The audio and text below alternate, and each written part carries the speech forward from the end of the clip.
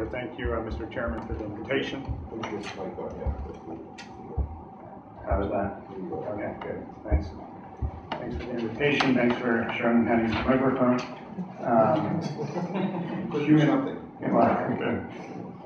It's an honor to appear here for this very important hearing on the problem of police violence in Brazil.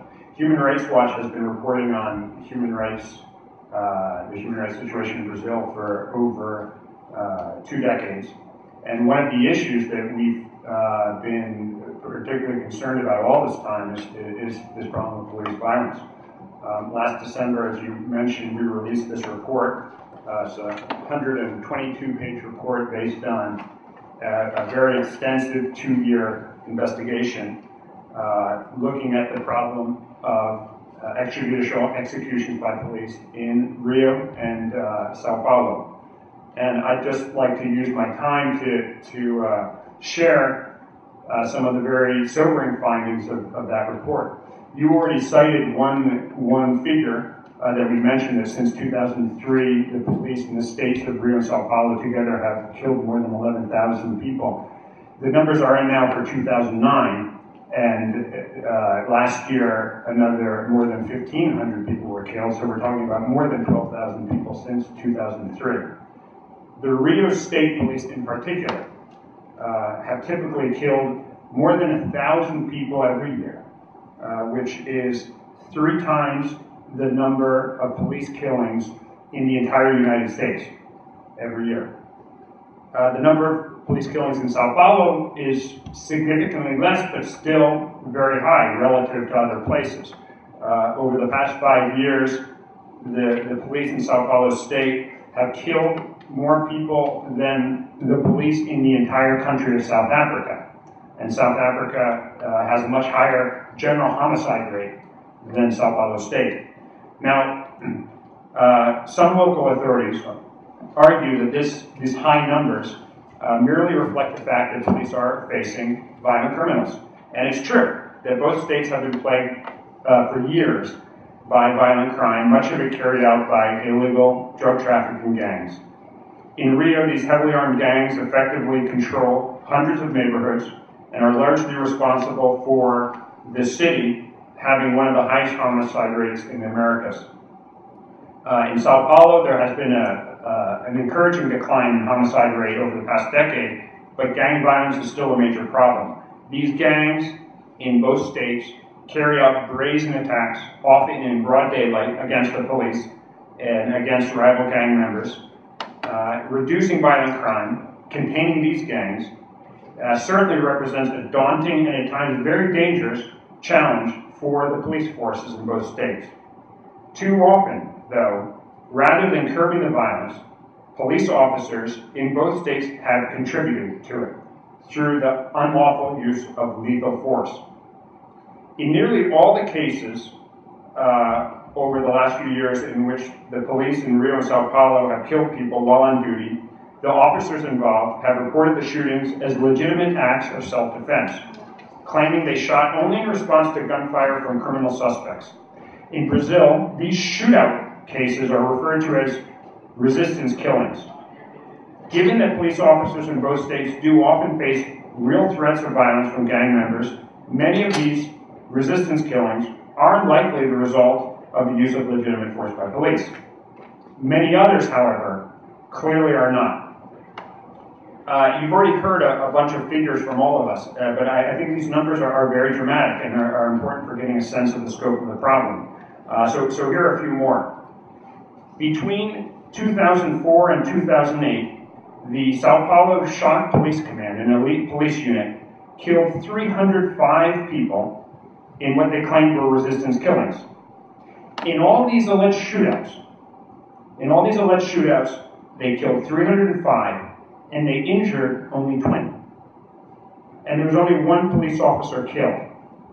Now, I think this common sense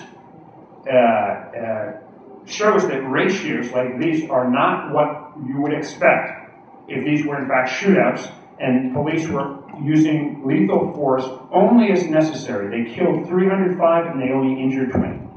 Similarly, in Rio, in 2008, Police in 10 military policing zones were responsible for 825 shootout killings, while suffering only 12 police casualties.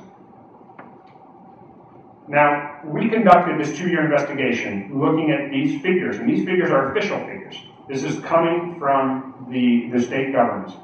And we also examined in detail scores of case files, investigation reports, and we spoke to dozens of officials, police officials, prosecutors, other government officials. And based on this extensive research, we found that evidence that we compiled made it absolutely clear that a substantial portion of these resistance killings were simply extrajudicial executions. In addition to those, there's another number, add to that the 12,000 of killings by police officers who are involved in death squads, or in the case of Rio, who are involved in illegal armed militias outside of work. We also found that in many purported resistance killings and killings by death squads, police officers take steps to cover up the true nature of what took place, and they often fail to take necessary measures to determine the nature of the killing, helping to ensure that criminal responsibility cannot be established and that those responsible remain unpublished. Now, criminal justice officials, prosecutors in both states with whom we spoke to, including the attorneys general, recognize that unlawful police killing is a serious problem. And several key public prosecutors insisted with us that extrajudicial executions and subsequent cover-ups are commonplace. And indeed, both states have implemented some measures to curb police abuses, such as creating police ombudsman's office, and in the case of Sao Paulo, implementing the method of defensive policing techniques, the Heraldi method. In Sao Paulo, these measures may have contributed to a drop in reported police killings from their overall peak in the 1990s, but they have not come close to eliminating the problem. And in Rio, they appear to have had virtually no impact at all. The principal reason that these reform measures have fallen short is that they have not tackled the fundamental issue of accountability. Police officers responsible for unlawful killings in Rio and Sao Paulo are rarely brought to justice. There have recently been some progress in reining in certain high-profile militias involving police in Rio, as well as arresting some death squad members in Sao Paulo, but impunity for extrajudicial executions remains the norm today in both states. Now, many factors contribute to this chronic impunity, but one in particular stands out, which is that the criminal justice systems in both states currently rely almost entirely on police investigators to resolve these cases. In other words, the police are left to police themselves. This arrangement is simply a recipe for continued abuse. So long as it remains unchanged, police impunity will prevail, police homicide rates will stay high, and the state's legitimate efforts to curb violence and lawlessness will suffer. Thank you.